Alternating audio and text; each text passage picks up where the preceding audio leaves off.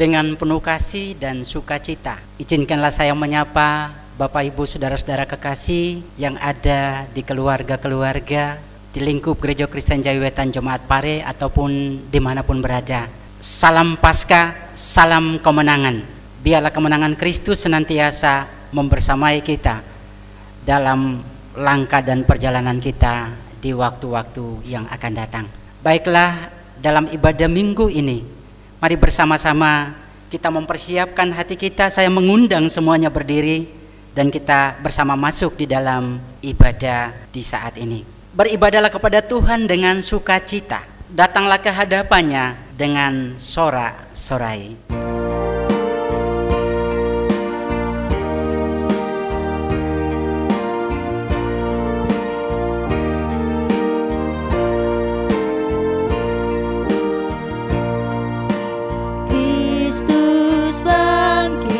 Soraklah, haleluya. Bumi surga bergema, haleluya. Berbalasan bersyukur, haleluya. Muliakan Tuhanmu, haleluya.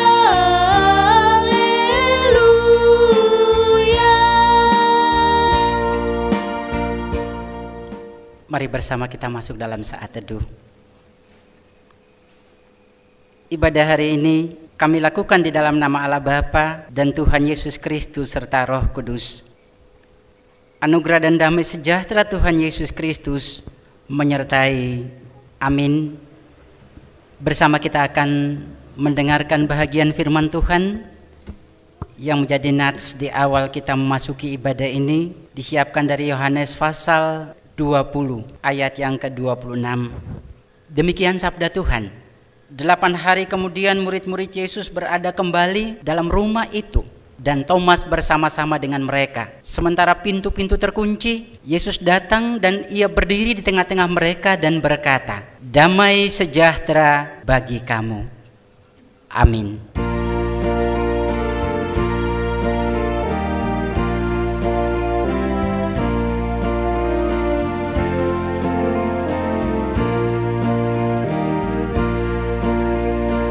Ia telah bangkit, lihatlah tempat yang ia tinggalkan. Maut pun ia kalahkan. Haleluya,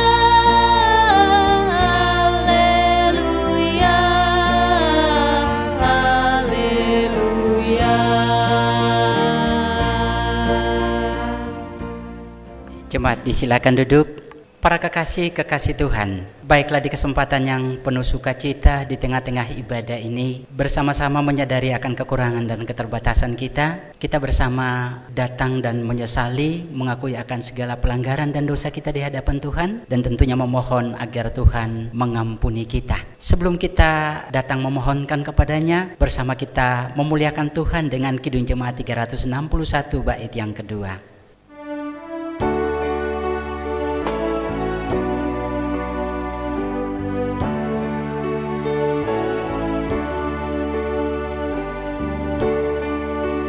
Dalam hidup yang cemar, ku rindukan Tuhanku. Suara Yesus terdengar, ku hapuskan dosamu. Ku percaya padamu, anak domba Golgota. Di salibmu ku sujud, diriku selamatkanlah. Bersama kita bersatu hati dalam doa. Tuhan Yesus yang telah mati dan bangkit bagi kami, oleh kuasa kebangkitan itulah kami bersujud di hadapan-Mu, membawa dan menyatakan dengan jujur segala dosa dan pelanggaran kami, bahwa sungguh kami menyesali. Berkenan Tuhan mengasihani kami, ampunilah pelanggaran-pelanggaran kami. Oleh karena pengampunan-Mu lah yang membuat kami menjadi tentram dalam kehidupan dan memiliki sukacita untuk menjalani hari-hari yang akan datang. Kami percaya bahwa kematian dan kebangkitan-Mu lah yang menjadi jaminan bahwa Dikau telah mengampuni kami di dalam Yesus Kristus. Amin. Para kekasih Tuhan, bagi setiap kita yang dengan sungguh hati mengakui akan segala dosa dan pelanggaran kita di hadapan Tuhan, maka Dia Allah yang sungguh baik, yang setia, mengampuni dan mengasihi kita. Karena itu sebagai tanda sukacita saya mengundang jemaat berdiri untuk kita bersama-sama mendengarkan berita pengampunan. Demikian sabda Tuhan. Siapakah Allah seperti Engkau yang mengampuni dosa dan yang memaafkan pelanggaran dari sisa-sisa miliknya sendiri, yang tidak bertahan dalam murkanya untuk seterusnya, melainkan berkenan kepada kasih setia. Biarlah Ia kembali menyayangi kita, menghapuskan kesalahan-kesalahan kita, dan melemparkan segala dosa kita ke dalam tubir-tubir laut. Amin. Kidung Jemaat 387 bait yang pertama.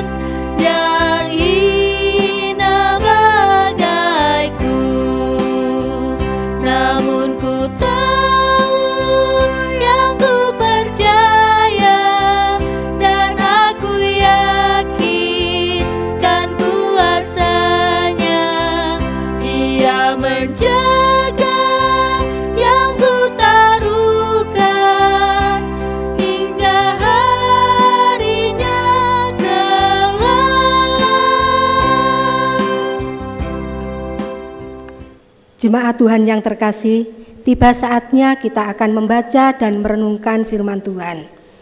Firman Tuhan pada saat ini terambil dari Injil Yohanes pasal 20 ayat yang ke-19 sampai 29. Injil Yohanes pasal 20 ayat yang ke-19 sampai 29. Sebelum kita merenungkan firman Tuhan lebih lanjut, mari kita bersama-sama berdoa untuk memohon terang dan hikmat dari Tuhan. Mari kita berdoa. Ya Bapa, Allah yang menjadi sumber hikmat di dalam kehidupan kami, pada saat ini sungguh Tuhan kami mengucap syukur atas kesempatan indah yang Tuhan berikan kepada kami untuk kami membaca dan merenungkan firman Tuhan. Kami menyadari ya Tuhan, bahwa di dalam kehidupan kami tidak mampu menjalaninya tanpa firman Tuhan. Sungguh Tuhan, firman Tuhan adalah pelita bagi kaki kami dan terang bagi jalan kami. Dan pada saat ini kami sungguh rindu untuk membaca dan merenungkan firman Tuhan. Untuk itu Tuhan, kami memohon kiranya Tuhan berkenan untuk memimpin kami. Roh Kudus Tuhan membuka hati kami. Roh Kudus Tuhan menguasai pikiran kami, mampukan kepada kami untuk memahami akan firman Tuhan. Terlebih ya Tuhan, mampukan kepada kami untuk melakukannya dalam kehidupan kami sehari-hari. Bapak Pendeta Musa Samuel Hurulean yang Tuhan percaya untuk menyampaikan kebenaran firman Tuhan. Tuhan berkenan memberikan hikmat marifat dari kerajaan surgawi, sehingga apa yang disampaikannya boleh seturut dengan kehendak Tuhan. Apa yang disampaikannya boleh semakin meneguhkan iman percaya kami kepada Tuhan. Dan Tuhan, demikianlah doa dan permohonan kami. Di dalam kuasa nama Tuhan Yesus, kami mau sambut kebenaran firman Tuhan. Haleluya, amin. Yohanes 20 pada ayatnya yang ke-19 sampai 29, demikian bunyi firman Tuhan. Yesus menampakkan diri kepada murid-muridnya. Ketika hari sudah malam pada hari pertama minggu itu, berkumpullah murid-murid Yesus di suatu tempat dengan pintu-pintu yang terkunci, karena mereka takut kepada orang-orang Yahudi. Pada waktu itu datanglah Yesus dan berdiri di tengah-tengah mereka dan berkata, "Damai sejahtera bagi kamu." Dan sesudah berkata demikian, ia menunjukkan tangannya dan lambungnya kepada mereka. Murid-murid itu bersukacita ketika mereka melihat Tuhan. Maka kata Yesus sekali lagi, "Damai sejahtera bagi kamu, sama seperti Bapa mengutus aku, demikian juga sekarang aku mengutus kamu." Dan sesudah berkata demikian, ia mengembusi mereka dan berkata, "Terimalah Roh Kudus. Jikalau kamu mengampuni dosa orang, dosanya diampuni. Dan jikalau kamu menyatakan dosa orang tetap ada, dosanya tetap ada." Tetapi Thomas, seorang dari ke-12 murid itu, yang disebut Didimus, tidak ada bersama-sama mereka ketika Yesus datang ke situ. Maka kata murid-murid yang lain itu kepadanya, "Kami telah melihat Tuhan." Tetapi Thomas berkata kepada mereka, "Sebelum aku melihat bekas paku pada tangannya, dan sebelum aku mencucukkan jariku ke dalam bekas paku itu, dan mencucukkan tanganku ke dalam lambungnya, sekali-kali aku tidak akan percaya." 8 hari kemudian, murid-murid Yesus berada kembali dalam rumah itu, dan Thomas bersama-sama dengan mereka. Sementara pintu-pintu terkunci, Yesus datang dan ia berdiri di tengah-tengah mereka dan berkata, "Damai sejahtera bagi kamu." Kemudian ia berkata kepada Thomas, "Taruhlah jarimu di sini dan lihatlah tanganku. Ulurkanlah tanganmu dan cucukkan ke dalam lambungku, dan jangan engkau tidak percaya lagi, melainkan percayalah." Thomas menjawab dia, "Ya Tuhanku dan Allahku." Kata Yesus kepadanya, "Karena engkau telah melihat aku, maka engkau percaya. Berbahagialah mereka yang tidak melihat, namun percaya." Amin. Haleluya. Kita yang berbahagia adalah kita yang mendengarkan firman Tuhan. Tapi kita yang diberkati adalah kita yang mendengar dan melakukannya di dalam kehidupan kita setiap saat. Amin. Kidung Jemaat 57 bait yang pertama.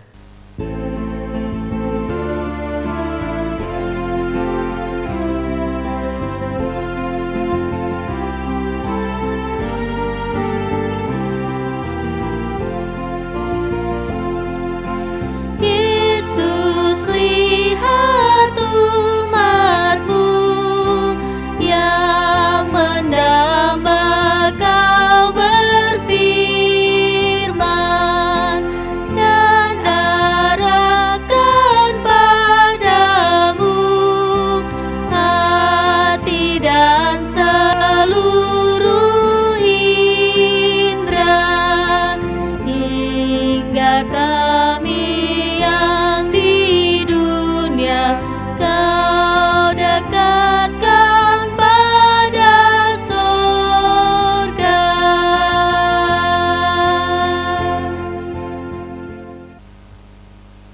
Puji Tuhan, Bapak Ibu, saudara-saudaraku yang dikasihi oleh Tuhan Yesus Kristus. Tema yang kita renungkan bersama di perayaan Paskah kedua di tahun 2020 pada minggu ini, menjawab keraguan kebangkitan Yesus. Bapak Ibu saudara-saudara yang dikasihi oleh Tuhan Yesus Kristus, kita membayangkan suasana hati yang sedang dialami oleh para murid kala itu.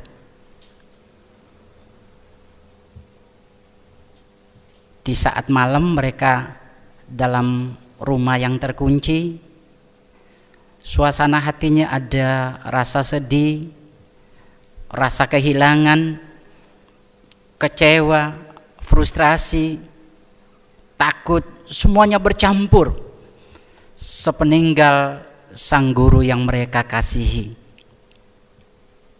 Ditambah lagi dengan berita pagi bahwa mayat Yesus telah dicuri. Semakin lengkaplah ketakutan yang dirasakan oleh mereka. Namun dalam situasi yang seperti itu, tiba-tiba Tuhan Yesus hadir dan menyampaikan salam bagi mereka. Damai sejahtera bagimu. Sebuah salam yang dalam bahasa aslinya Shalom Aleichem. Salam yang begitu berarti di tengah-tengah ketakutan. Apalagi salam itu disampaikan oleh sang guru. Tentunya sangat menenteramkan hati mereka yang sedang galau dan kacau. Tuhan Yesus tahu kehadirannya sangat dibutuhkan oleh para murid. Namun cara ia hadir pun tentu sangat mengejutkan mereka. Bisa saja mereka menganggap atau menyangka bahwa yang hadir tiba-tiba itu adalah hantu. Karena kehadiran Yesus menembus pintu yang sedang terkunci. Oleh karena itu Tuhan Yesus langsung saja menunjukkan tangan yang berbekas lubang paku, dilanjutkan dengan menunjukkan lambungnya.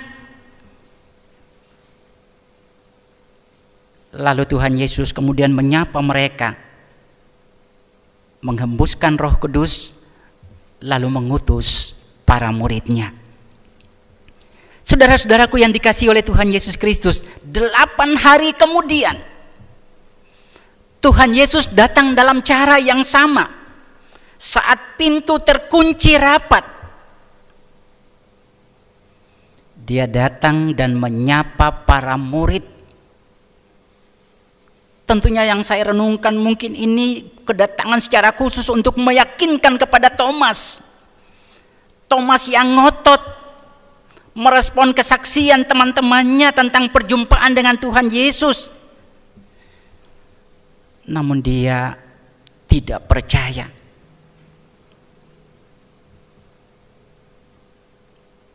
Tuhan Yesus datang dan menyapa mereka.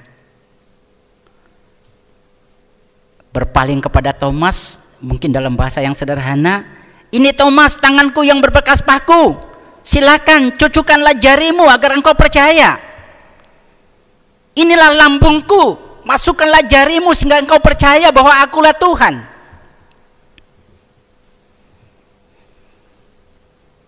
Memang bacaan Alkitab tadi tidak menyampaikan bahwa Thomas kemudian melakukan itu. Tetapi dia langsung dengan penuh sujud, dia menjawab, ya Tuhanku, Allahku. Kekasih Tuhan, mungkin orang-orang pada saat itu dan generasi Kristen sebelum kita, atau kita saat ini, ataupun yang akan datang, dengan bangga kita menyalahkan Thomas. Kenapa kamu ragu-ragu? Bukankah itu Tuhan Yesus? Kamu dasar manusia peragu. Tapi saudaraku kekasih, sikap Thomas itulah yang kemudian mempertemukan dia dengan Tuhan Yesus yang bangkit. Dan kalau direnungkan, keraguan Thomas itu kemudian melahirkan dua catatan penting. Catatan yang pertama, Thomas menyatakan sebuah pengakuan, ya Allahku dan Tuhanku. Pengakuan yang jarang terdengar, belum terdengar saat itu. Dan orang belum paham Yesus itu Tuhan dan Allah. Pengakuan Thomas kemudian menjadi kesaksian orang percaya dari waktu ke waktu sampai dengan saat kita. Catatan yang kedua, dari keraguan Thomaslah Yesus kemudian mengingatkan kepada manusia supaya manusia tidak meragukan kuasa Tuhan, bahwa percaya kepada Tuhan itu tidak usah nuntut ada bukti. Percaya saja, karena percayamu akan mempertemukan dikau dengan Tuhan. Kalau orang yang belum percaya kepada Yesus, mungkin dia bisa mengatakan, kalau Yesus menyembuhkan saya akan percaya dan masuk mengikuti Yesus. Itu sangat mungkin, tidak apa-apa. Tetapi bagi para pengikut Yesus, tidak usah tuntut bukti. Tidak usah tuntut bukti kuasanya. Sebab kalau kita meminta bukti itu, maka kita tidak ada bedanya dengan Thomas. Thomas yang meragukan kuasa Allah di dalam Yesus yang telah bangkit untuk memelihara dan menjamin kehidupan kita.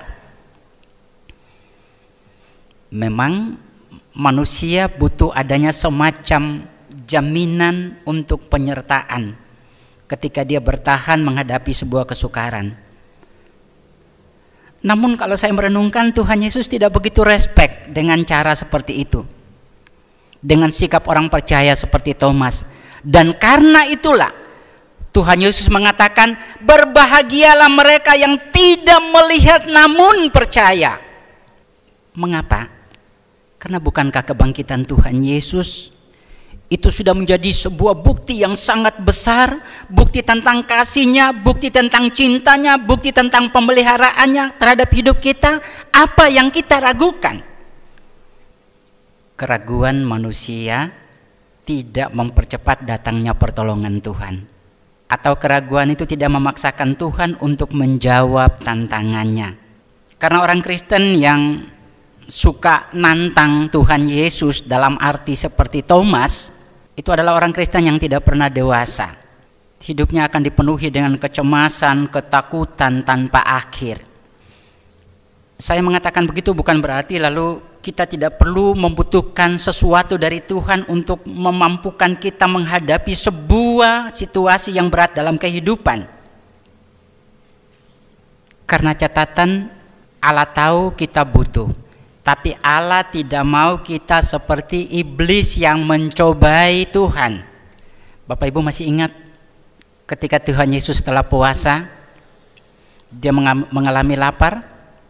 Iblis datang dengan percaya dirinya, mengatakan, jika engkau anak Allah, perintahkanlah supaya batu-batu ini menjadi roti. Sangat mudah sekali kalau Tuhan mengubah batu menjadi roti. Tapi Tuhan tidak mau terpengaruh dengan cara iblis yang mencobai Tuhan. Demikian juga Tuhan tidak mau dengan anak-anak Tuhan yang selalu ingin menantang Tuhan. Tuhan, jika aku berhasil, engkau membuat aku berhasil, aku akan mengabdikan hidupku bagimu. Tuhan tidak mau model begitu. Kalau engkau memberikan aku kaya, maka aku akan melayani engkau. Tuhan tidak mau model kaya itu. Bapak Ibu, tantangan model seperti Thomas ini, kalau Bapak Ibu mengikuti dalam berita, saat munculnya penularan virus corona di Korea Selatan, ada satu gereja yang namanya gereja Shincheonji Yesus. Pendetanya adalah Lee Men-hee. Pendeta ini dengan percaya dirinya meminta supaya jemaatnya harus hadir dalam ibadah. Sebab kalau tidak ada yang hadir dalam ibadah, maka dia akan mencoret mereka dari keanggotaan gereja dimaksud. Dia menantang, mencobai. Tapi kemudian Bapak Ibu, sebagian besar dari warga jemaatnya tertular COVID-19. Bahkan pemerintah menuding mereka bahwa gereja dimaksud adalah penyumbang 1/2 dari orang-orang yang menderita atau tertular COVID-19. Kalau dalam kondisi yang seperti ini, yang kita salahkan siapa? Sangat mudah kalau Tuhan Yesus melindungi warga gereja itu dari serangan COVID, tapi itu bukan rencana Tuhan. Dan kalau kita memaksakan kehendak Tuhan, maka kita akan menerima resiko. Model percaya yang seperti ini Tuhan tidak respect. Tapi dia mengatakan, berbahagialah mereka yang tidak melihat namun percaya. Tuhan Yesus meminta kita untuk percaya sebagai sebuah kebiasaan yang kita bangun dalam kehidupan beriman kita. Percaya saja. Biarkanlah supaya percaya itu menghantar saya dan Bapak Ibu untuk berjumpa dengan Tuhan, berjumpa dengan kemurahannya, berjumpa dengan kasih-Nya, dan sejumlah berkat-berkat yang Tuhan siapkan dalam kehidupan kita. Bapak Ibu, kalau di dalam Matius pasal 9 ayat 21, ada seorang perempuan yang sakit pendarahan 12 tahun lamanya. Saat dia melihat Tuhan Yesus lewat dengan para muridnya, dia begitu yakin, asalku jamah saja jubahnya, aku akan sembuh. Dia berangkat dari percaya, dia tidak berteriak, Tuhan Yesus anak Allah tolonglah aku. Tidak. Dia percaya, berangkat dari percaya. Dia jamah jubah itu, kemudian Tuhan menyembuhkan dia. Tuhan menginginkan para pengikutnya supaya belajar percaya dengan sungguh, maka dia akan melakukan banyak hal bagi kita. Kita percaya dengan sungguh, maka kita akan tetap akan menjadi pribadi-pribadi yang tenang dalam menghadapi setiap situasi yang bergejolak.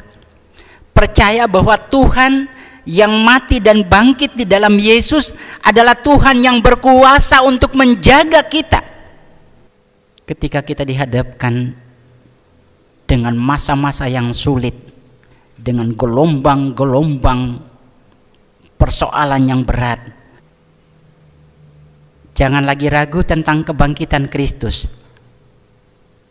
Jangan lagi menguji kemahakuasaan Tuhan, tapi percaya dengan tenang, maka Dia akan menghantar kita untuk menemukan keajaiban-keajaiban dalam hidup kita. Tuhan Yesus memberkati. Amin. Mari kekasih Tuhan, kita bersama-sama akan masuk dalam saat teduh untuk merenungkan firman Tuhan yang baru saja kita dengarkan. Mari kita masuk dalam saat teduh.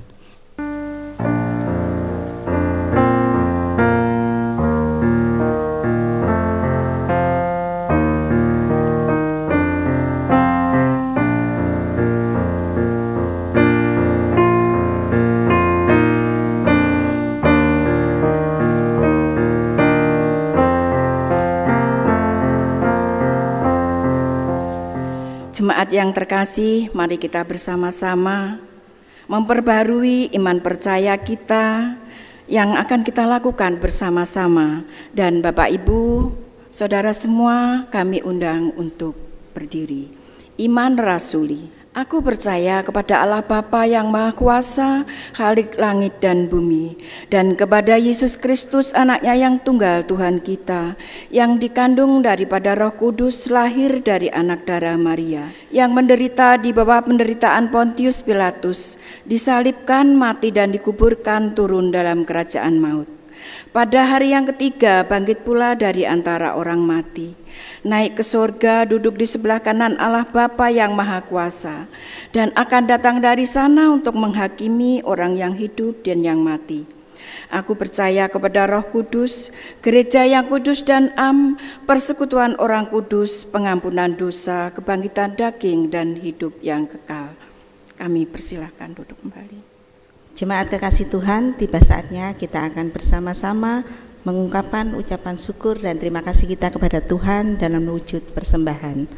Bagian firman Tuhan yang akan mendasari ungkapan syukur kita diambil dari Mazmur 54 ayat yang ke-8. Demikian bunyi firman Tuhan. Dengan rela hati aku akan mempersembahkan korban kepadamu, bersyukur sebab namamu baik ya Tuhan. Amin. Kita akan memuliakan nama Tuhan dengan memuji dari Kidung Jemaat 367.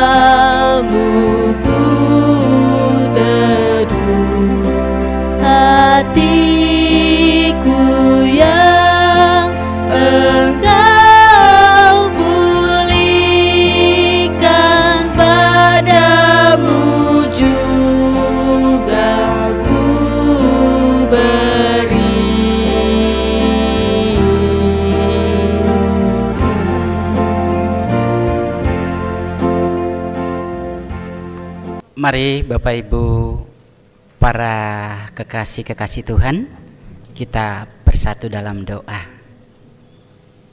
Ya Kristus, ya Allah dan Tuhan kami mengakui akan kuasa-Mu, kuasa yang menyelamatkan. Oleh kuasa kebangkitan-Mu, kami ikut menghayati dan memiliki kemenangan sebagai kekuatan kami untuk melangkah dan menjalani hari-hari hidup pemberian Tuhan yang tentunya dipenuhi dengan berbagai tantangan kehidupan.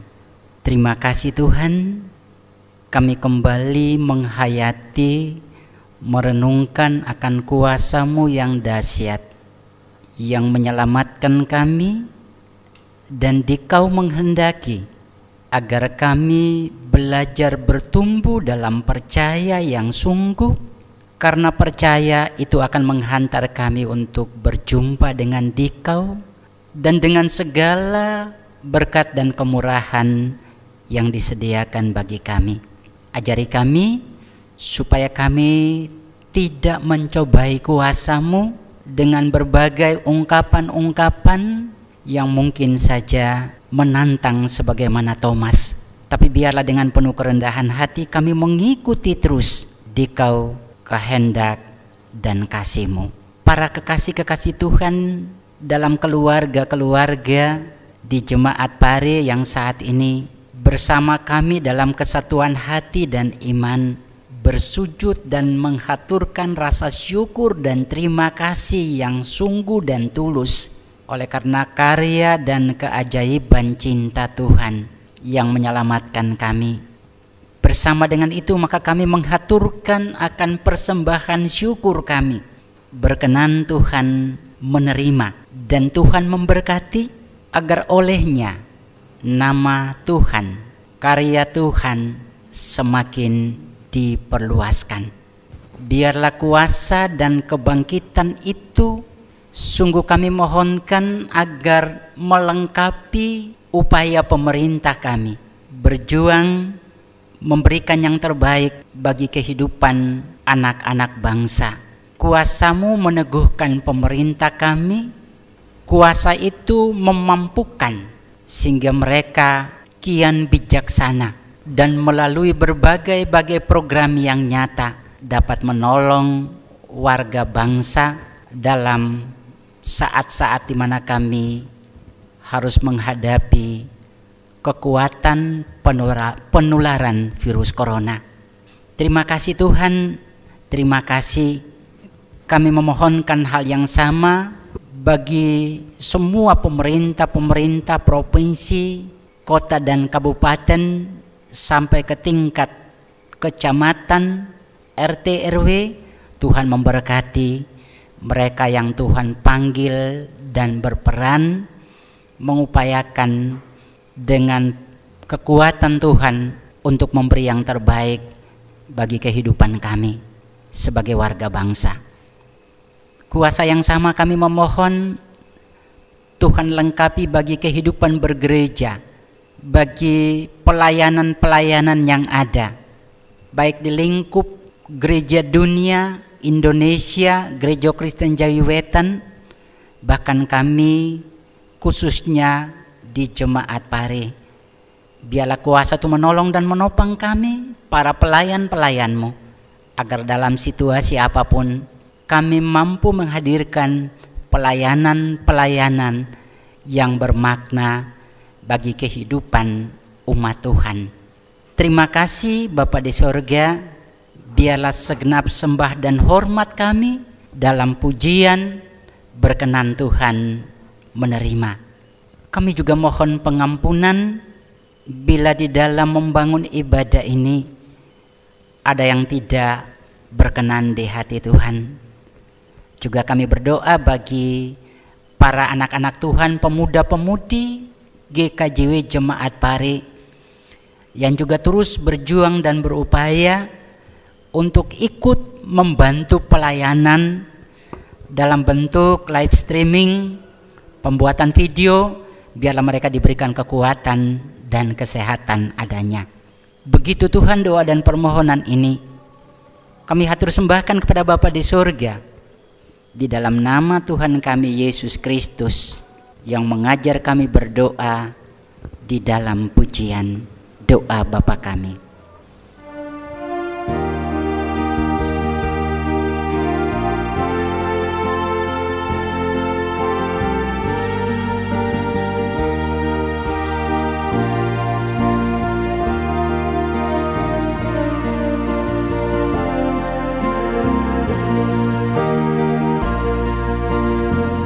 Bapa kami yang di surga,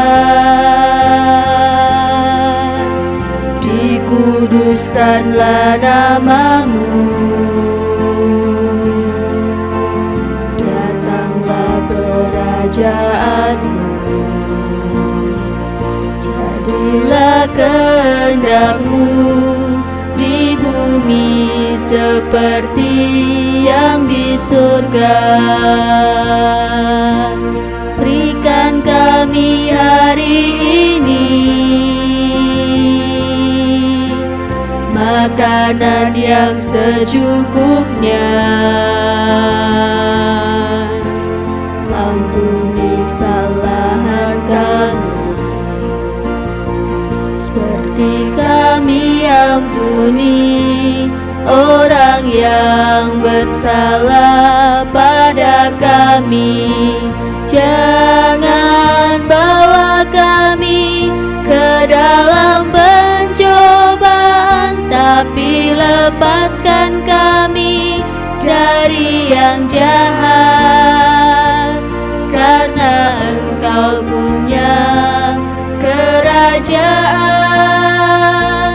dan kuasa, kemuliaan selamanya. Amin, amin, amin.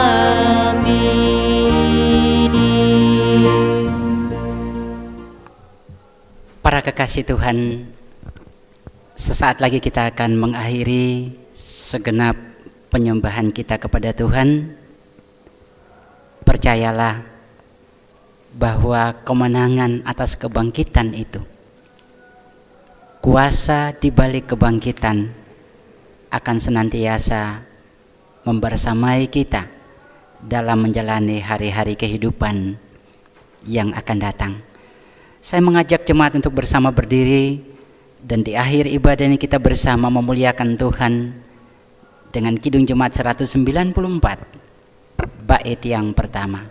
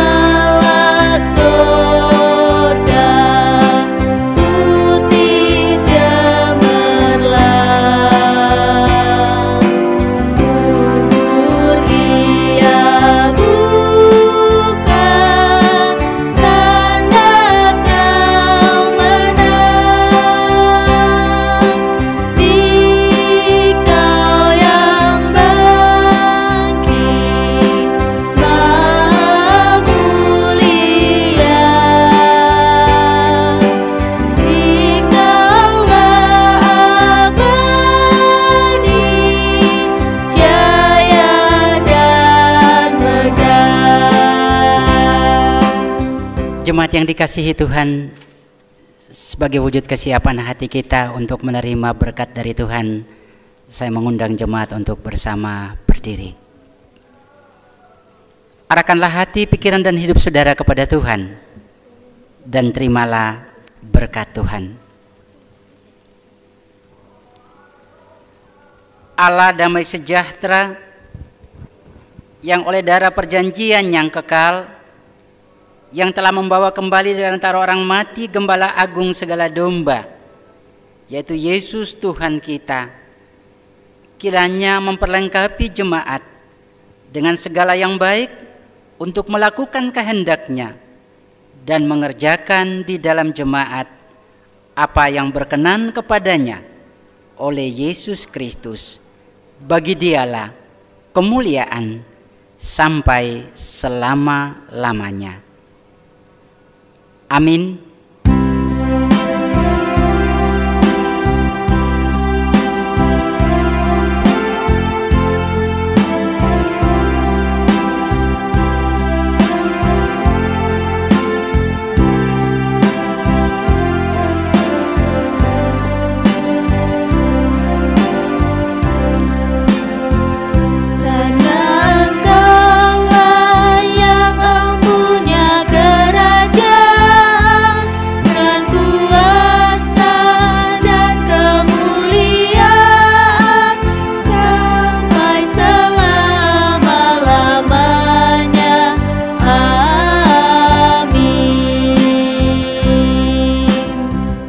Jemaat disilakan duduk. Selamat hari Minggu, Tuhan memberkati.